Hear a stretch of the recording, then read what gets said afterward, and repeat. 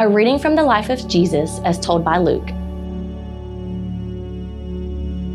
When Jesus had finished saying all of this to the people who were listening, he entered Capernaum. There, a centurion's servant, whom his master valued highly, was sick and about to die. The centurion heard of Jesus and sent some elders of the Jews to him, asking him to come and heal his servant. When they came to Jesus, they pleaded earnestly with him, "This man deserves to have you do this, because he loves our nation and has built our synagogue." So Jesus went with them. He was not far from the house when the centurion sent friends to say to him, "Lord, don't trouble yourself, for I do not deserve to have you come under my roof. This is why I did not even consider myself worthy to come to you. But say the word, and my servant will be healed.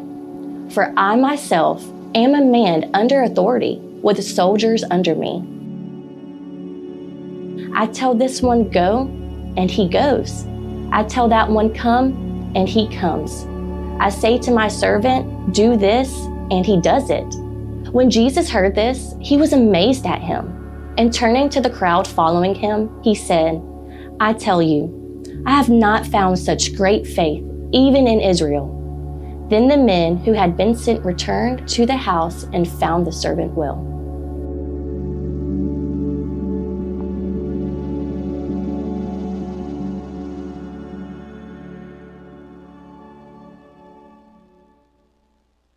If you've ever been in a place where you just feel like you don't belong, like you're there and you went on purpose, but when you got there, you just felt like, this isn't for me. I don't fit in this place. I just like a fish out of water. When Jesus found me, I was a complete wreck. I mean, I don't imagine there's anybody in this room that would have recognized me if you knew me then. But I mean, I grew up in a place and I knew I couldn't stay there anymore. And so I left that place and I knew I couldn't go back. And in the midst of all that, Jesus found me. And when he found me, it was pretty clear to me that I needed to turn my life and my will over to him. Now, one of the things that I have always been able to do, I don't know when this started in my life, I have always been able to make decisions and make them really fast. Not always good, but I have made them fast. If you need some decision made fast, I'm your dude. I can make decisions one right after another. If I screw it up, I'll just make another one. I make decisions and I can pump them out in a hurry. And so I decided pretty quickly after I had turned my life and will over to Jesus that I needed to go somewhere where I could learn the Bible, that I would not go back to the college that I had been involved in. I couldn't go back to the school that I had been involved in. I couldn't be around the people that I had been involved with. I mean, I had to decide right then to go to that school. And I went. Now, they won't tell you this on the brochure about me. In fact, that school is closed. I had nothing to do with it, but that school is closed. They closed just a few years ago. And when I got there, they told me you could come under probation, and they didn't actually accept me into school until the start of the second semester. But when I got there, I knew pretty quickly, I don't belong at this place. I walked in, and the very first thing somebody told me is, "Hey, dude, your hair's too long." And I'm like, I cut it before I came here. And at that point, when I first became a follower of Jesus, my hair was about halfway down my back, and I decided that was probably too long, so I cut it until it was about my shoulder, and they said that was still too long, and I decided, okay. I only had blue jeans to put on, and they told me blue jeans were not allowed at this particular college. Brown jeans were allowed, but not blue jeans. I didn't know such a thing as brown jeans existed, only blue jeans. I mean, I just didn't belong. Everywhere I went, people, they'd tell me things about the way the life was. I'd go into classes, and I'd fake like I knew the Bible and listen to people. I knew nothing. The only place I felt at home at the whole place was with my roommate. And a weekend, I figured out why I felt at home with him, because he stole my shoelaces because he needed them.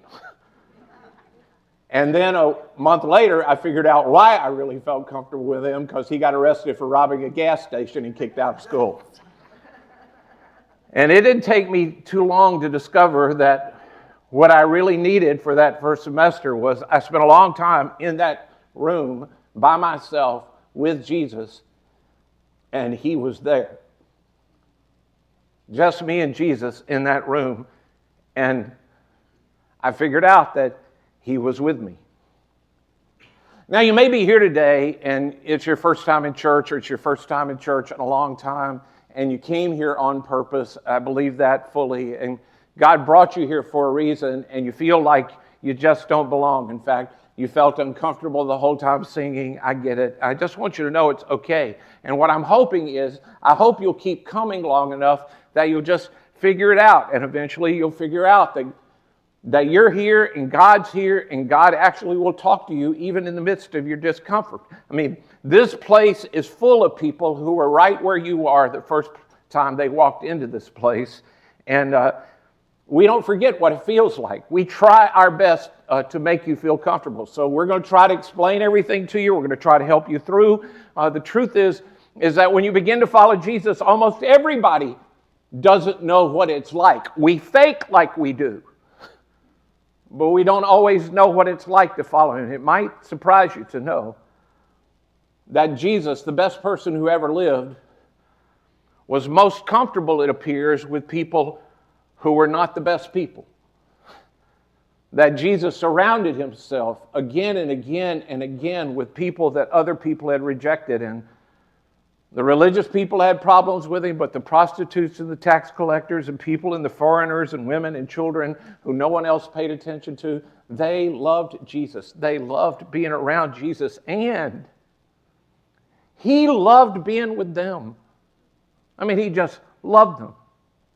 So if you're here and for whatever reason you don't feel like you fit in, I hope you'll give it a little bit of a chance. And I'll tell you something you don't know about everybody sitting around you. They don't fit in either. We're just a collection of folks that we come together to worship God because he makes us okay. So I started this by telling you a little bit about my story. My name's Ed. If you haven't been here, I hope I get to meet you. I'm one of the pastors here, and we're in this series called Jesus Story. And the story I told you, that's 40-something years ago. My whole life from that point on, Jesus has kindly written me into his story. And so we've been telling these stories about the life of Jesus, where he invites people into this interactive life with him, where he will walk with you and talk with you, and he'll be with you throughout your life. And the Jesus story we're going to look at today, it's written by an outsider. In fact, you may not know this, but the book of Luke is the only book in the whole of the Bible. The whole book is written by a guy he's the only non-Jew. Luke's the only non-Jew that writes any book in the Bible. He's the only one that was not considered a part of the people of God. And Luke loves writing about outsiders. He continually is writing about prostitutes and tax collectors and sinners and women who the Jewish people would have ignored, foreigners that we learned about last week. And today we found another outsider that you just heard about that we're going to learn from. So it says in chapter 7, like you saw just on the screen a minute ago, that when Jesus had finished saying this, and just so you know, so you don't have to go back and look, what it's meaning that he had just finished saying is Jesus has just finished the Sermon on the Mount. Jesus has just finished. Now, we don't know if it's the one that Matthew records. We believe Jesus says that group of saying again and again and again. But he ends by saying, if you build your life on me, if you put your faith in me, your foundation will be strong no matter what. But if you decide to build your life on anything else, then when the storms come in life, you're going to be shaken. And then he returns to Capernaum. He enters Capernaum. Now, Capernaum is a town that you can still go and see today. In fact, the only time that I've been in the nation of Israel 15 years ago or so, one of our visits was to Capernaum. And they've uncovered those black basalt kind of streets where you can walk on and you can see the rocks exactly where Jesus was. It's this archaeological site in Israel, and you can walk through the streets and you can see it. They believe at the time it's about a city of 2,000, and most scholars believe this is where Jesus made the headquarters for his ministry when he's in Capernaum. He's from Nazareth, which is just a little village. It's like Turin to Noonan. Nazareth is just this little community. But Jesus made his home in Capernaum. In fact, Peter's from Capernaum as well. And so he's centering everything around that Galilean ministry. It takes place there. We're told in the text that the centurion's servant, he has the master, the one he valued highly, is sick, and he's about to die. Now, not only is Luke an outsider, he's not a Jew, but Luke's also a physician. And so what he wants you to get out of this is, this servant's in trouble. He's not going to make it. And because of how we think about masters and servants, because you put that in terms of slavery in the South, you tend to think of it that maybe the master doesn't care. But it's pretty clear the centurion loves this servant. I mean, we have history that you can go back and read if you want to about the Romans, and Romans would actually often adopt servants to will their property to instead of giving it to their natural-born children. They would adopt servants that they loved that had become great servants, and they would will their property to them, write them into the will. So you might be thinking I'm stretching it a little bit, but this centurion thinks about this servant. We don't know if it's male or female, but he loves them like you love your son and daughter. And even though he's a military guy and he's probably really tough, he's serving in a region where he's far away from Rome. He's often in danger. When his servant got sick, it's his number one priority. Now, we find out first that he goes to the local Jewish leaders. In fact, we're told that he asked them to go to Jesus and ask Jesus to come heal the servant. Now, if you aren't one of the people that, we were told just recently that a whole bunch of men are reading about Roman history. I don't know why. If you're not teaching the Bible, you read about Roman history, but we're told that that's a thing in our society right now. If you aren't one of those people, you probably don't know about centurions. A centurion is a military man who's over 100 men. That's the century part of centurion. He is over 100 people. And he is the highest ranking non-officer in the Roman army. In fact, if you're a Roman citizen, but you weren't born of the elite status, he's as high as he can go. Unless you're an elite person, you can't ever be an officer. So he's as high as he can go at his job. He's done a great job to get promoted. He's a centurion, and he's leading 100 men. I mean, these centurions, they're the backbone of the Roman army that had conquered the world. They're good leaders. They understand the guys that they're leading. They understand how to relate to the officers that are above them. They are the key to the whole thing. This guy wants the Jewish leaders to ask Jesus to help him. And he makes a case that it would be a problem for him to go directly because the Jewish people hate the Romans. The Romans at that time would be what we would now colloquially call a peacekeeping force. But just like today, if you're from the country where the peacekeeping force is, what you call them are invaders. They were people that didn't belong in your country. And you wanted them to leave as soon as you could. And they hate the Romans. So imagine now. You're a Roman centurion. You've got 100 men. You're in a city of 2,000. There are a bunch of villages around. Everybody around you hates you. It's 100 to 2,000. Everybody around you in the surrounding neighborhood, they hate you. What do you do with your men?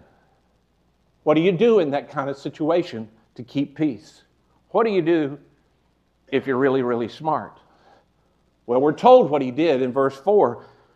When the Jewish leaders come to Jesus, they pleaded earnestly with him, "This man deserves to have you do this because he loves our nation and he built us our synagogue." Years ago, when I was on the trip to Israel, you can actually still see this foundation that these military guys laid. Now, there's another synagogue built on top of it. It's 500 years in the future from this date, but you can still see the foundation of this. They've dug it up on the side. So this very smart Roman leader wants to keep peace, and instead of having his young, cocky military guys walk around with their swords everywhere, he says, "Hey guys, we're going to lay a foundation for this synagogue. And he puts them to work. And the Jewish people in the town, they loved him. They were so thankful for him. He had his men go and put their hands in mortar and foundation to build a place of worship. And it got him great favor with everybody in that community.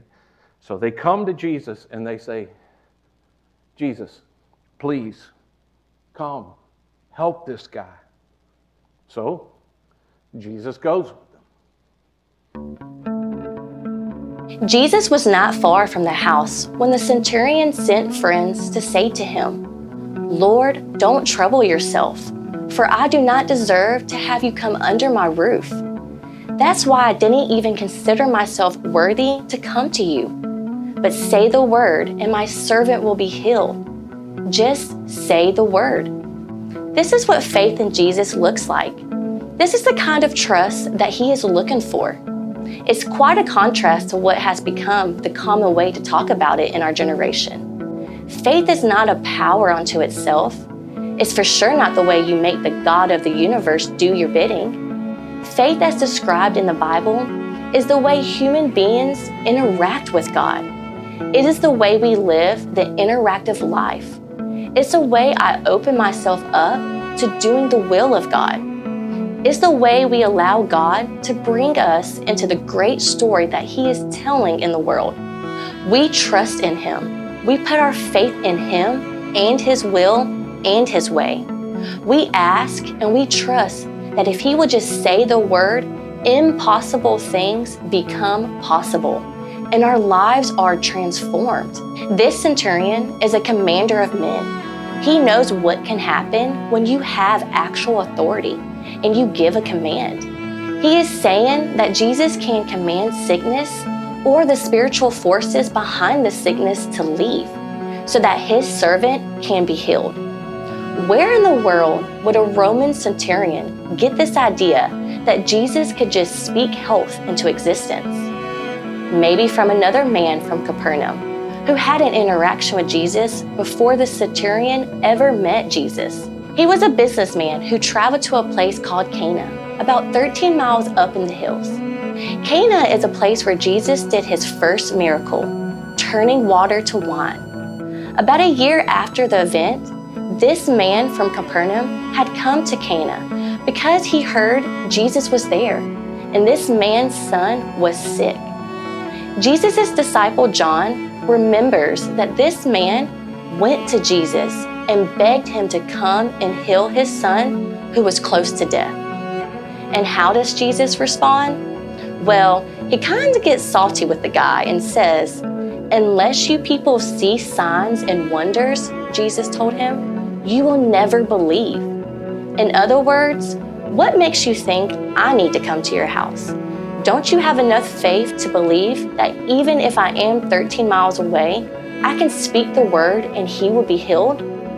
Now, Jesus isn't really kicking the guy when he's worried about his son. There's a crowd around Jesus, and he is actually rebuking the entire crowd of people because they just want to see a miracle. They just want Jesus for what they can get out of him. They want faith to be a power they have over Jesus. They don't want life with him. They want his power. A lot of people are still that way. Maybe if you're honest, you're like that. You come to church and you pray, and you think, if I pray and read my Bible and go to church and give some money, then God will bless me. But this is not what faith is about. We don't come to Jesus for what we can get out of him. We come to Jesus to do life with him because of who he is. When you come to Jesus for who he is and not for what you can get out of him, you will get far more than you ever imagined. You'll find that he is the treasure.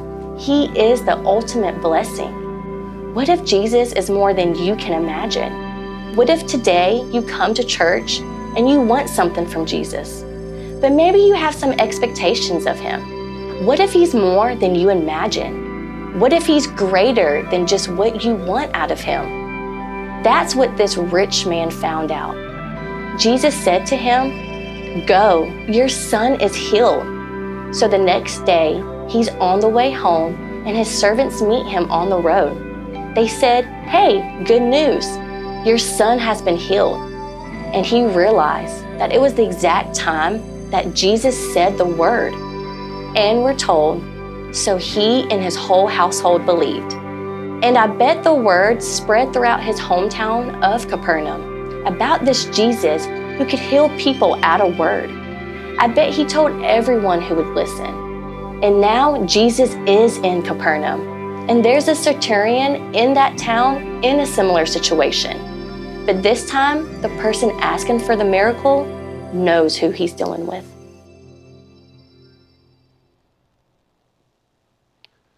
Now, there's no way for me to prove it, but I believe the centurion in Capernaum knew all about that miracle. There's a pretty good chance that he had heard about it, heard rumors about that story that, you can get Jesus to do things if he turns your way. He doesn't have to come close to you. He can heal at a distance. And he's so respectful of the Jewish people, and particularly for Jesus, he knows if Jesus comes to my house, the moment he comes into my house, these religious leaders who actually hate him like they hate me, they're going to declare him unclean, and it's going to be a thing. It's just overt racism. They hate the Romans, and you can't go around a Roman. You can't be with a Roman. We can have him build a foundation for us, but we can't be around him. I don't care what he's done for us. If you go in his house, you're unclean. So he sends these guys, and he says, look, you don't have to come to my house. I know how this works. For I myself am a man under authority with soldiers under me. I tell one to go, and he goes, and I tell that one to come, and he comes. I say to my servant, do this, and he does it. You just say the word, and it'll be done. And then in verse 9, when Jesus hears this, he's amazed at him. And turning to the crowd following him, he said, I tell you, I have not found such great faith in all of Israel. Then the men who had seen Jesus returned to the house, and they found that the servant had been healed. Now, Nathan talked about this a little last week.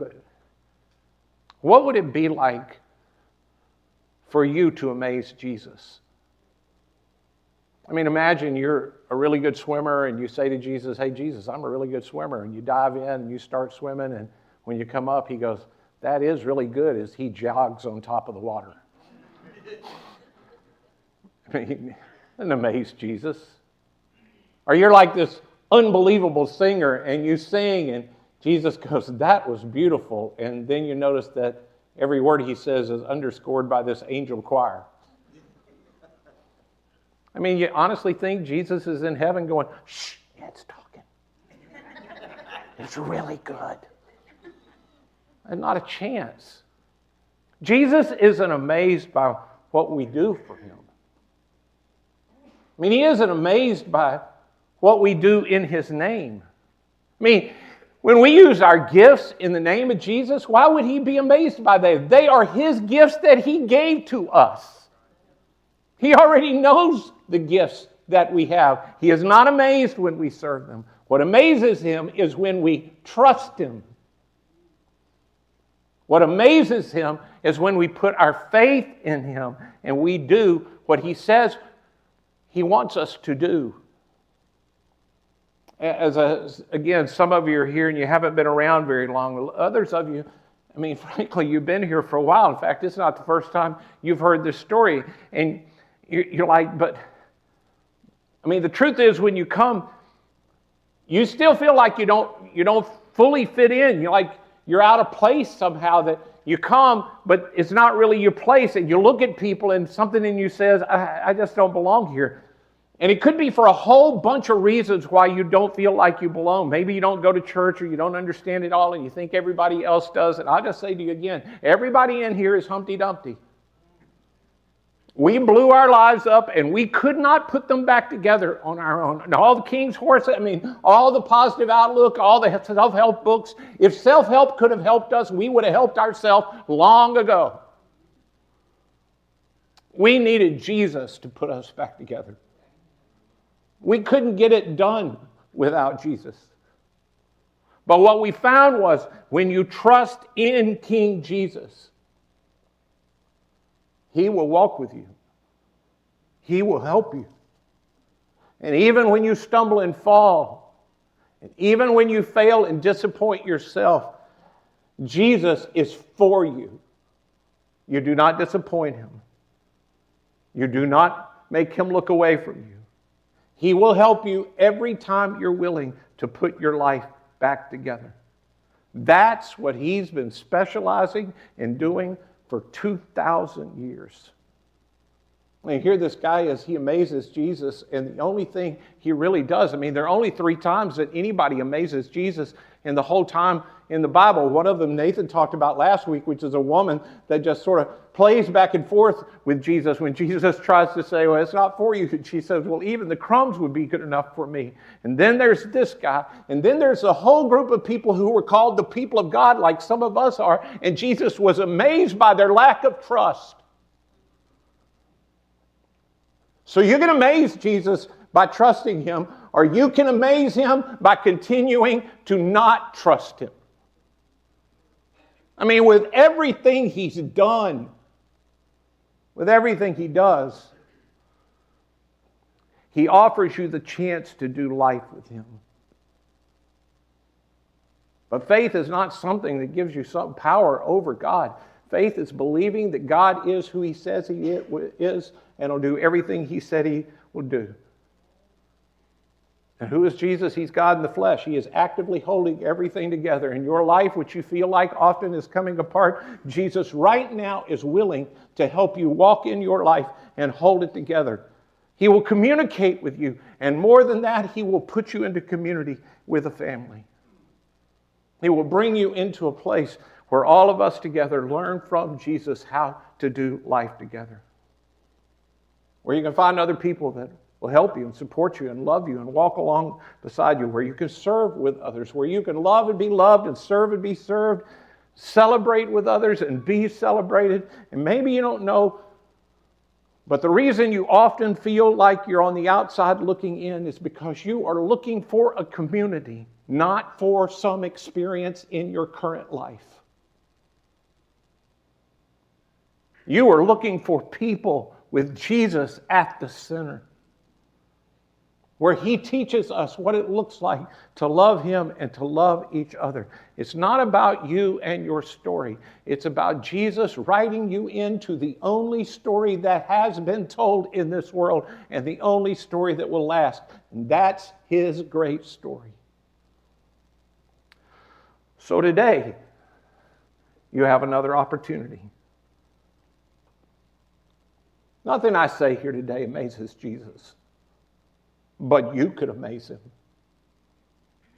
You can either amaze him by putting your trust in him and doing what he's been calling you to do, or you can amaze him by your continued lack of trust.